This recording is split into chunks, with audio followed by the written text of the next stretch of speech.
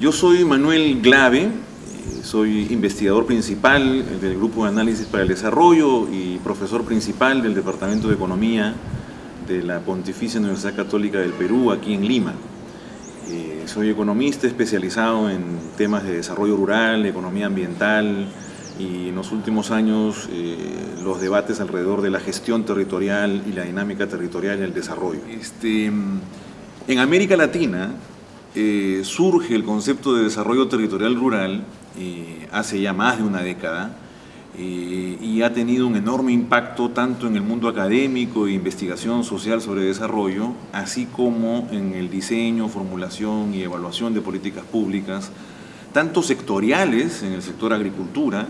como en políticas integrales, como son, por ejemplo, en el caso peruano, las políticas de desarrollo e inclusión social. Este nuevo enfoque territorial del desarrollo intenta combinar básicamente tres dimensiones. Es una nueva versión de lo que en los años 90 se decía que eran las tres dimensiones de la sostenibilidad del desarrollo: la dimensión económica, la dimensión social y la dimensión ambiental.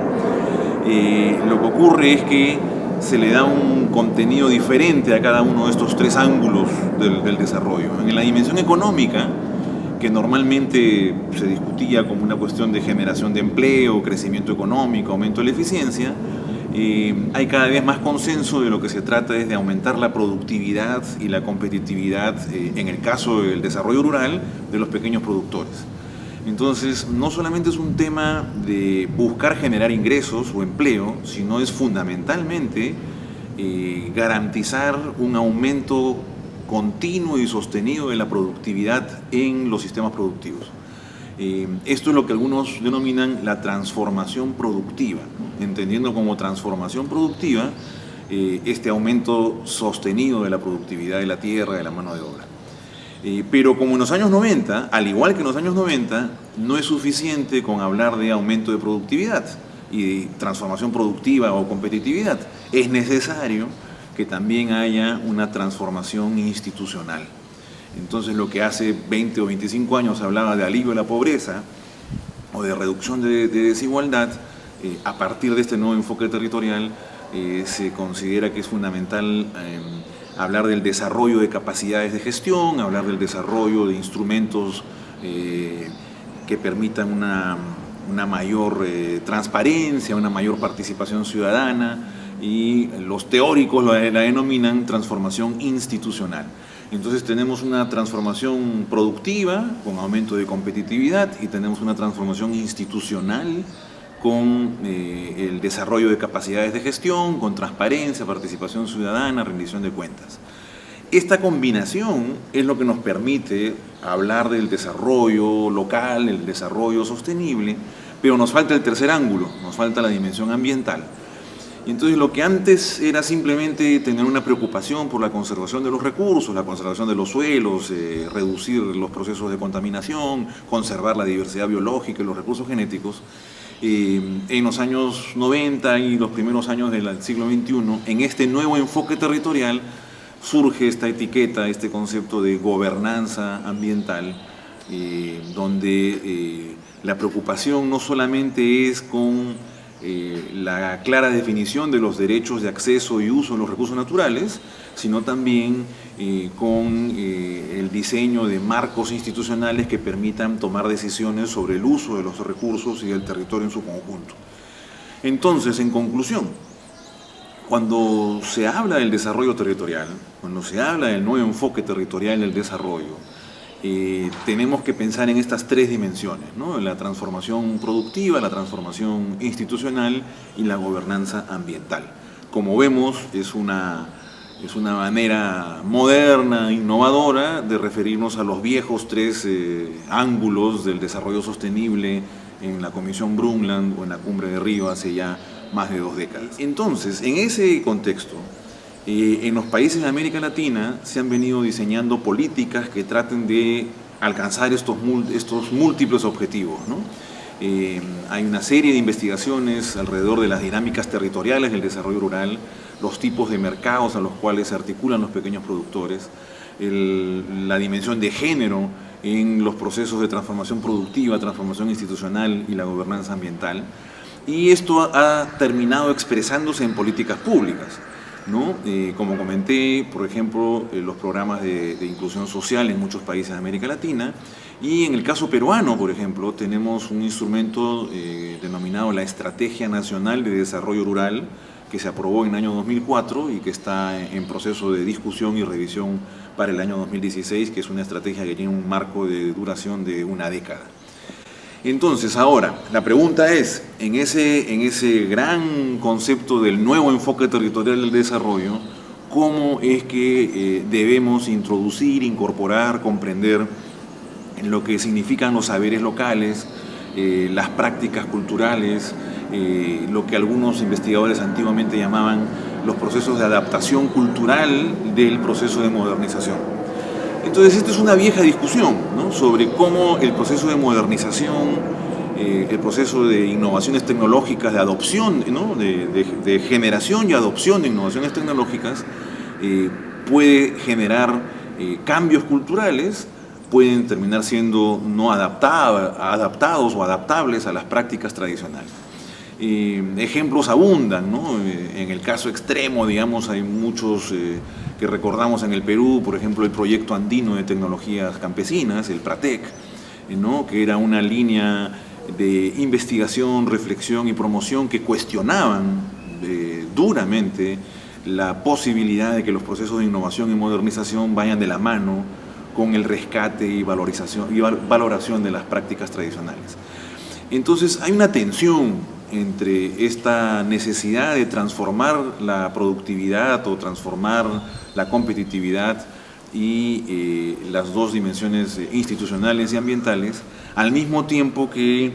garantizar la consolidación, la valoración y el respeto de viejas prácticas, tanto productivas como organizacionales. El discurso, por ejemplo, de Pratec hablaba de una cosmovisión andina y reivindicaba la posibilidad que con viejas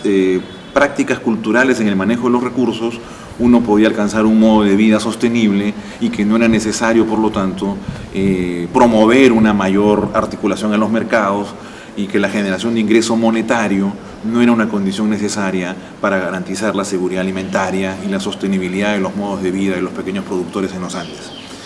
Este es un debate que no ha sido resuelto, ¿no? Habría que discutir con las propias comunidades y familias locales hasta qué punto es factible una integración de viejas prácticas culturales con la posibilidad de adoptar nuevas prácticas o innovaciones que permitan efectivamente esta transformación productiva, transformación institucional con gobernanza ambiental. En los años 80 y 90, como todos ustedes deben saber, se desarrolló una línea de investigación y promoción denominada la agricultura con bajos insumos externos, ¿no? Esta famosa Low External Input Sustainable Agriculture, que tiene una revista que tiene más de casi 30 años de circulación, LEISA, y que en el marco de este paradigma de la agricultura de bajos insumos externos, se trató de promover un proceso denominado el desarrollo participativo de tecnologías, ¿no? Como se habla en el desarrollo, en la jerga de la teoría del desarrollo, se le pone el acrónimo del DPT, ¿no? Así como el DTR en desarrollo territorial rural. Bueno, el DPT tuvo un boom en los años 90, que lamentablemente por algún motivo se ha perdido en los últimos 10, 15 años, que consiste justamente en que el conocimiento científico moderno de las ingenierías y de las ciencias sociales pueda ir de la mano con este saber local y con este conocimiento en el manejo del suelo, del agua y los diferentes recursos naturales. Han habido experiencias en los países andinos interesantes, en particular inducidos por cooperación europea, por la cooperación holandesa, y hay una serie de ejemplos, por ejemplo, en el manejo de camellones, en el sur andino, en el altiplano, que de alguna u otra forma responde a esa unión, a esa integración entre saberes locales e innovaciones científicas modernas. Es en ese contexto que hay que identificar la pregunta, ¿no?, sobre la viabilidad y la pertinencia del rescate y valoración de saberes locales en un contexto de desarrollo territorial. No creo que sea un tema exclusivo, es decir, que alguien pueda afirmar que las prácticas tradicionales son de muy baja productividad y que hay que superarlas, ni tampoco creo, como los colegas de Pratec, que no hay posibilidad alguna de integrar estos saberes locales con innovaciones tecnológicas modernas. En los últimos 8 o 10 años, como todos sabemos también en muchos países de Sudamérica, y en particular los países andinos como Bolivia y Ecuador, han introducido a nivel constitucional y a nivel político el concepto de los derechos de la naturaleza y la necesidad de apostar por una estrategia de desarrollo alternativa basado en este principio del vivir bien o del sumas causa. Indudablemente la narrativa, el discurso del sumas causa yo digo que es una nueva versión de esta vieja discusión del rescate y valoración de saberes y prácticas tradicionales y la reivindicación de un modo de vida alternativo al modo de vida basado en el aumento de ingresos sistemático y el aumento de la productividad. Algunos pueden incluso afirmar que en el debate sobre marcos teóricos sobre el desarrollo, por ejemplo el enfoque de Amartya Sen, cuando habla de ampliar las capacidades y los derechos de los ciudadanos, Amartya estaría escapando o yendo en una dirección alternativa a este paradigma del aumento de la productividad y buscando más bien, como diría Javier Higuíñez en el Perú, el aumento de la vitalidad, el aumento de la capacidad de reproducción de la vida de las personas antes que esta obsesión por el aumento de la productividad. Nuevamente, es un debate, a mi criterio, un poco inútil en el sentido de que no es una discusión de exclusión o de enfoques excluyentes, ¿no? Yo tengo un punto de vista en el cual es fundamental el rescate, valoración y mantenimiento de prácticas culturales con identidad cultural, en particular en espacios y en territorios donde hay una identidad territorial consolidada y de siglos, por no decir de milenios, pero al mismo tiempo es fundamental que ese modo de vida